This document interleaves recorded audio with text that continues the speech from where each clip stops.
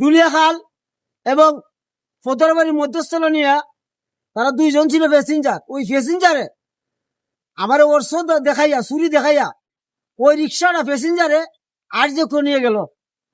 তাদের মাধ্যমে 3 জন লোকে এই রিক্সাটা দিচ্ছেন। সালামু আলাইকুম ওয়া রাহমাতুল্লাহি ওয়া বারাকাতুহু।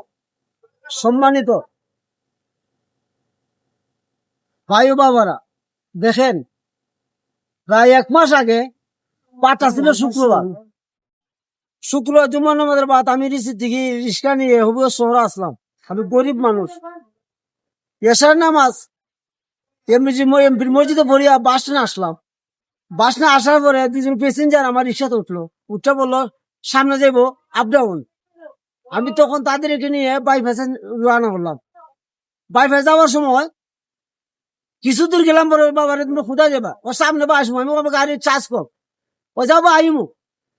এই সময় আমার সামনে দুলিয়া খাল এবং ফতোয়ারবাড়ি মধ্যস্থল নিয়ে তারা 2 জন ছিল প্যাসেঞ্জার। ওই প্যাসেঞ্জারে আমার অর্শ দেখাইয়া চুরি দেখাইয়া ওই রিক্সাটা প্যাসেঞ্জারে আর যে নিয়ে গেল।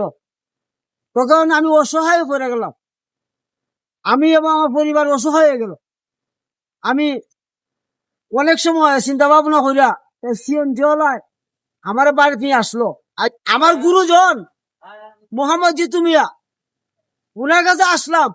উনি যুব সংঘের সেক্রেটারি। উনি একটা টেরাস দিলেন। টেরাস দেওয়াতে ওই টেরাস গুলা সারা পৃথিবীতে ভাইরাল হয়ে গেল। তখন আমার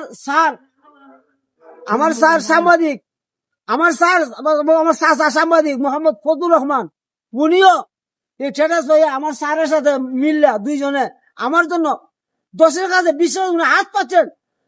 আমি একটা নাদানের জন্য তারা সম্মান হাত পাচ্ছেন। হাত পা দিয়ে আজকে তাদের মাধ্যমে আজকে আমি গুনাহগার রে, তাদের মাধ্যমে 3 জন লোকে এই রিক্সাটা দিচ্ছেন, আমার দান করছেন। অথচ রিক্সা দাম 66,000 টাকা। তারপর রিক্সাটা দেওয়ার পরও আমার তো ক্যাশ 23,000 টাকা দিয়েছেন রিক্সা দেওয়ার পরেও।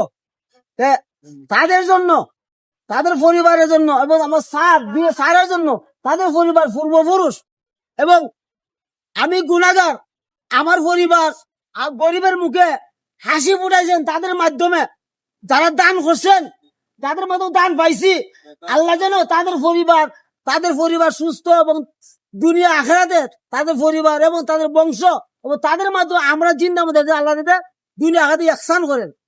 আর আমি যাতে সুন্দরভাবে ভালো চলতাম পারি, আমার জন্য সবাই দোয়া হবেন। ধন্যবাদ। আসসালামু আলাইকুম ওয়া রাহমাতুল্লাহি ওয়া বারাকাতুহু।